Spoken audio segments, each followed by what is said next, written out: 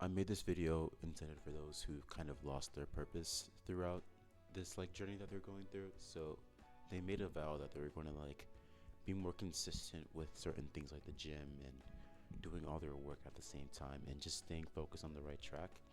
If you lost your focus, here are some things that I've done to really help me. So the first thing I've done was to make long-term goals. So the first thing I do was set a goal that I want to accomplish in a month, and then one I want to accomplish in a year, and then one I want to accomplish in say 5 or 10 years. And since I'm going to be constantly having these goals in mind, I'm always working towards something every day when I wake up.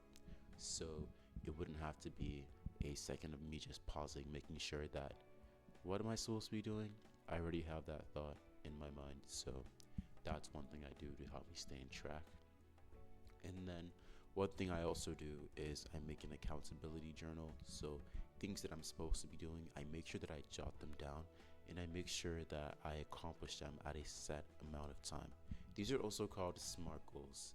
So if you've not heard of SMART goals before, it's when you're specific, it's when it's measurable, when you have accountability to it, and you can do that in a relevant time span, and then you can do that all in the same time, and it's very time specific as well. So those are what SMART goals are.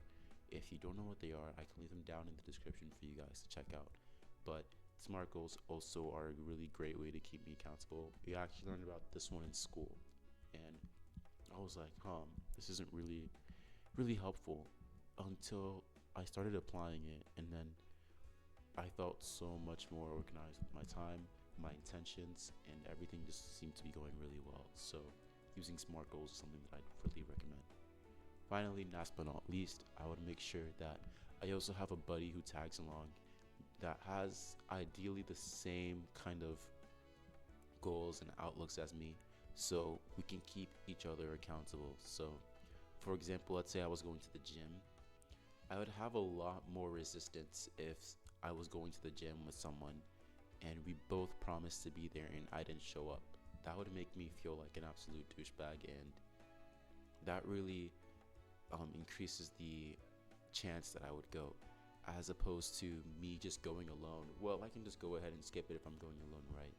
No one's really there to check up on me, so I'm more likely to not go to the gym if I'm going alone. So this is probably the hardest thing to do, as finding someone who has the same kind of outlooks and goals as you can be very, very difficult. But once you find that person, make sure you stick to them, and then I promise you, things that were seemingly hard becomes so much more easier, and even they become a lot more fun when you're doing it with someone else.